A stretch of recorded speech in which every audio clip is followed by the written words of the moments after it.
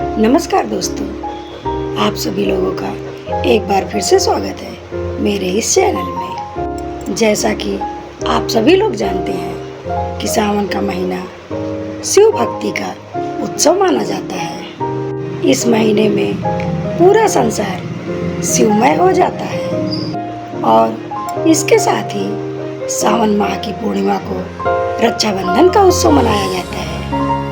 पर क्या आप जानते हैं कि रक्षाबंधन का उत्सव क्यों मनाया जाता है और ये कब से शुरू हुआ? किस प्रकार एक भाई अपनी बहन को रक्षा का वचन देकर प्रतिबद्ध हो जाता है। आज हम आपके लिए शास्त्रों ग्रंथों से रक्षाबंधन पर्व की और इसमें शिव महिमा की ऐसी कथाएं लेकर आए हैं कि आपको रक्षाबंधन पर्व का असली महत्व समझ में आएगा। देवताओं और दानवों के बीच कितने युद्ध किए जाते थे, ये तो आप सब लोगों को पता ही है। दानव हमेशा इसी कोशिश में रहते थे कि देवताओं से अमृत को हासिल कर सकें और उनके स्वर्ग पर कब्जा कर सकें। इसके लिए दानव वर्षों तक तपस्या में लीन रहते थे और घोर तपस्या करते थे और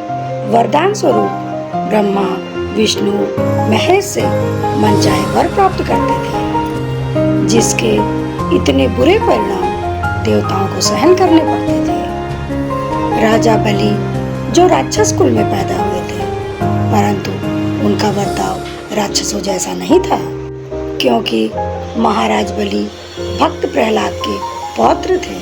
वह विष्णु भक्त होने के साथ ही देवाधिदेव महादेव के भी परम भक्त थे। महादेव की भक्ति से उन्होंने कई सारी सिद्धियां हासिल कर ली थी। राजा ने यज्ञ पूर्ण करने का अनुष्ठान किया था। तब देवताओं को चिंता होने लगी कि अगर राजा ने यह अनुष्ठान पूर्ण कर लिया तो इस राज्य पर तबाही आ जाएगी और पृथ्वी पर आतंक मचा देंगे। इसलिए सभी देवता लोग मिलकर विष्णु के पास उपस्थित होते हैं। श्री हरि विष्णु सभी देवताओं की बात सुनकर एक ब्राह्मण का रूप लेकर राजा के सामने उपस्थित होते हैं, क्योंकि राजा बलि को दानवीर भी कहा जाता है और वह बहुत ही बड़े दानी थे। इसलिए उनके द्वार पर आए किसी भी याचक को खाली हाथ नहीं जाने दिया जाता। श्री हरि विष्णु वामन अवतार के रूप में राजा बलि के पास उपस्थित होते हैं।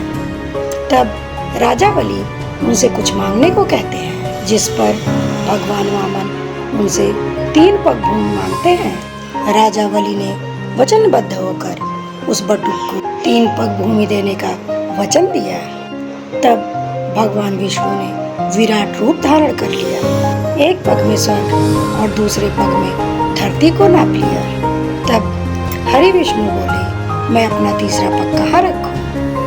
तब वचनबद्ध होते हुए राजा ने कहा, आप तीसरा पग मेरे सर पर रख दीजिए। राजा बलि की दानवीरता को देखकर हरि विष्णु प्रसन्न हुए और उनसे वर मांगने को कहा। तब राजा बलि ने भगवान विष्णु से ऐसा वर मांगा जिसके कारण भगवान विष्णु को वैकुंठ छोड़कर पाताल लोक में रहना पड़ा। उधर भगवान विष्णु का विछोह माता लक्ष्मी सहन नहीं कर पाई। माता लक्ष्मी इसके निवारण हेतु भगवान शिव जी के पास जाती है। शिव जी माता लक्ष्मी से कहते हैं कि राजा बलि वचनबद्ध पुरुष है।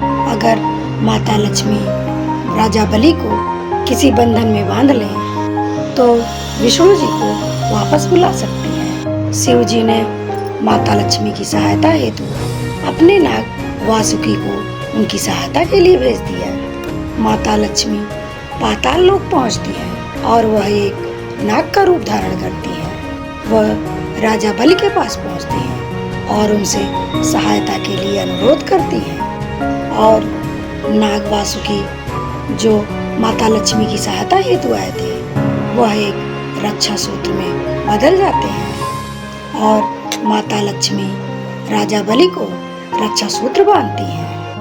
राजा बलि माता लक्ष्मी को वचन देते हैं कि वह सदैव उनकी रक्षा करेंगे और उन्हें मनचाहा वर प्रदान करेंगे। तब माता लक्ष्मी अपने दैवीय रूप में आती है और उनसे भगवान श्री हरि को मांग लेती हैं। तब राजा बलि कहते हैं, आज से जो भी स्त्री रक्षा सूत्र बांधकर किसी पुरुष को अपना भाई बनाएगी और उससे अपनी रक्षा का वचन मांगेगी, तो वह भाई अपनी बहन की रक्षा करने के लिए वचनबद्ध हो जाएगा। वासुकी नागरूपी रक्षा सूत्र अपने भाई की कलाई पे बांधने से भाई की सारी बलाएं टल जाती हैं। तब से श्रावण मास की पूर्णिमा को हर बहन अपनी भाई की कलाई पे राखी बांधती है और भाइयों से अपनी सुरक्षा का वचन लेती है और भाई अपनी बहन को उसकी रक्षा करने का वचन देता है। इसीलिए इसे रक्षाबंधन का पर्व कहा जाता है। तो दोस्तों, कैसी लगी आपको मेरी आज की ये जानकारी? उम्मीद करती हूँ आप लोग को पसंद आई होगी। तो मिलती हूँ अगली वीडियो में एक नई जानकारी के साथ, एक नई कहानी के साथ। तब तक के लिए अपना ख्याल रखिए, हंसते रहिए, मुस्कुराते रहिए। नमस्कार।